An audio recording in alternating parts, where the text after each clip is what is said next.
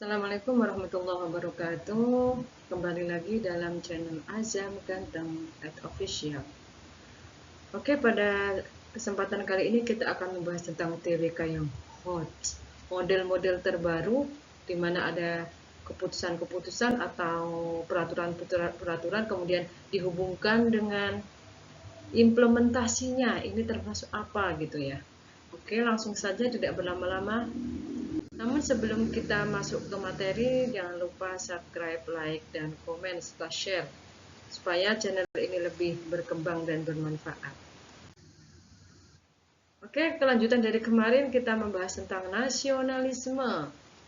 Jadi nasionalisme itu secara gampangnya adalah sebuah konsep yang mementingkan identitas. Jadi ada identitas nasional. Identitas nasional itu bisa berupa bahasa, bisa berupa bendera merah putih, bisa berupa pakaian, dan lain sebagainya. Kemudian ketika ada perpecahan kita mengutamakan persatuan. Terus ada kepentingan nasional. Jadi mengedepankan kepentingan nasional di atas kepentingan pribadi. Jadi fungsinya identitas nasional itu sebagai alat interaksi, misalkan bahasa yang bermacam-macam, ada bahasa Indonesia sebagai alat pemersatu. Kemudian pembeda dengan bangsa lain. Jadi bangsa Indonesia itu mempunyai identitas, mempunyai Pancasila, mempunyai bendera merah putih, itu berbeda dengan bangsa yang lain. Kemudian sebagai alat pemersatu bangsa. Jadi Indonesia itu terjadi dari beraneka ragam suku, budaya. Jadi identitas nasional untuk mempersatukan antara berbagai macam suku atau multikulturalisme. Kemudian selain itu sebagai jati diri bangsa. Kata kuncinya ketika menjawab nasionalisme itu kita fokus pada inti soalnya itu apa sih yang ditanyakan. Kalau ada perpecahan multikulturalisme berarti kita menjawab persatuan. Kalau ditanya kita berhadapan dengan dunia internasional berarti kita ada identitas nasional. Kemudian kalau ada kerja bakti kita gotong royong. Kemudian ketika ada perbedaan agama, perbedaan pendapat dan lain sebagainya itu kita mengutamakan toleransi. Kemudian ada juga kepedulian. Oke, langsung saja kita ke contoh soal nomor 1. Identitas yang melekat dan dimiliki oleh NKRI melalui budaya di berbagai daerah yang kemudian menjadi satu kesatuan utuh disebut sebagai identitas nasional. Di bawah ini yang menjadi alasan yang tepat untuk mempertahankan identitas nasional. Jadi, untuk mempertahankan identitas nasional berarti semuanya tepat. Tapi mana yang paling tepat? Kita lihat opsi pertama. A. Upaya patriotisme. Patriotisme itu beda dengan nasionalisme ya teman-teman ya. Jadi ini tidak. Oke. Yang B. Untuk menyamakan seluruh perbedaan demi persatuan. Jadi perbedaan itu tidak harus disama-samakan. Kalau ini oke. Tapi kalau perbedaan untuk menyatukan perbedaan itu enggak ya teman-teman ya.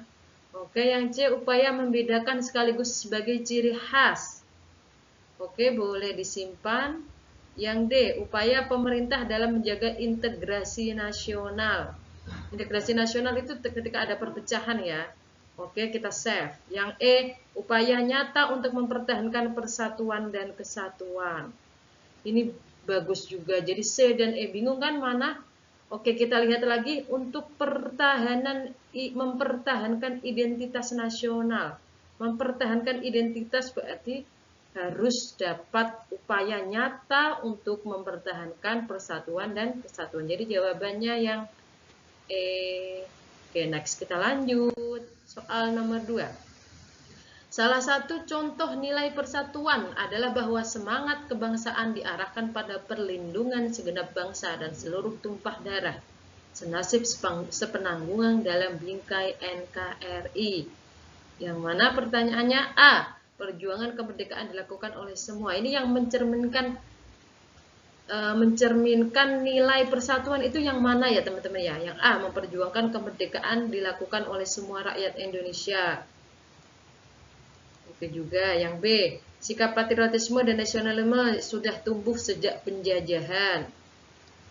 Oke, semangat rela berkorban untuk kemerdekaan bangsa Indonesia. Ini tidak ada kaitannya dengan soal ya. kerelaan bergabung menjadi bangsa Indonesia ketika merdeka. Jadi kalau nggak merdeka nggak mau bergabung ini ya. Yang E, kuatnya rasa persatuan dalam memperjuangkan kemerdekaan Indonesia. Ini yang termasuk, ini soalnya kurang ya teman-teman ya. Jadi yang termasuk implementasi pada era sekarang itu apa gitu. Yang A, memperjuangkan kemerdekaan dilakukan oleh semua rakyat Indonesia, sikap patriotisme, dan kuatnya rasa persatuan dalam memperjuangkan kemerdekaan. Jadi ini ya teman-teman ya, ada nilai persatuan, semangat kebangsaan. Jadi ini jawabannya adalah yang E ya teman-teman ya. Oke, selanjutnya pertanyaan nomor 3. Menurut psikolog Sutomo, media sosial tidak hanya digunakan pemuda tidak hanya menggunakan media sosial sebagai wadah bersosialisasi, melainkan juga sebagai wadah menggalakkan nilai kenegaraan. Tindakan berikutnya merupakan tindakan nasionalisme. Jadi nasionalisme dihubungkan dengan media sosial. Yang A, mengikuti akun resmi Prabowo Subianto. Ini enggak ya teman-teman ya. Yang B, berpartisipasi dalam survei online. Ini juga aktivasi online ya. Aktivitas online. Yang C, membuat kampanye tangan tanda pagar kita beda tapi kita tetap kerja bareng. Ini boleh. Yang D, merasa senang bermedia sosial untuk menyapa. Ini nggak ada kaitannya dengan nasionalisme. Tolong menolong dalam bermedia sosial, ini tidak ada kaitannya dengan nasionalisme. Yang mana yang B atau C? Jadi nasionalisme itu untuk apa namanya? Memperkuat rasa kebangsaan ya. Jadi meskipun kita beda tapi kita tetap kerja bareng. Jadi jawabannya yang C. Oke, lanjut. Nomor 4. Dalam era modern ini, hambatan utama yang dihadapi generasi muda dalam mewujudkan nasionalisme. Jadi hambatannya apa yang paling berperan menghambat nasionalisme untuk era pemuda sekarang? Yang A, teknologi membuat generasi muda lebih individualis, itu boleh. Yang B, perpecahan sentris antar daerah. Ini nggak ada kaitannya secara langsung ya teman-teman ya. Yang C, kurangnya kesadaran akan nasionalisme di kalangan generasi muda karena pengaruh budaya asing. Oke. Yang D, dominasi konten hiburan di media sosial. Konten hiburan di media sosial yang mengalihkan isu-isu kebangsaan, ini boleh juga. Kurangnya pendidikan tentang sejarah dan nilai kebangsaan di kurikulum sekolah, ini tidak ada kaitannya langsung. Jadi yang mana ini teman-teman, antara A, C, dan D. Hambatan utama dalam mewujudkan nasionalisme. Teknologi membuat generasi muda lebih individualis. Ini gak ada kaitannya secara langsung tentang nasionalisme ya. Kurangnya kesadaran nasionalisme di kalangan generasi muda karena pengaruh budaya asing. Nah ini karenanya tidak ada kesadaran tentang nasionalisme. Jadi ini menjadi hambatan yang paling utama. Jadi jawabannya yang C. Lanjut. Soal terakhir, nomor 5. Indonesia memberikan bantuan kemanusiaan kepada Palestina.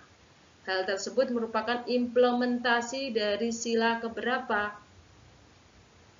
Yang A, menjaga persatuan dan kesatuan. Ini sila keberapa? Kedua ya. Ketuhanan Indonesia, kemanusiaan, yang persatuan Indonesia.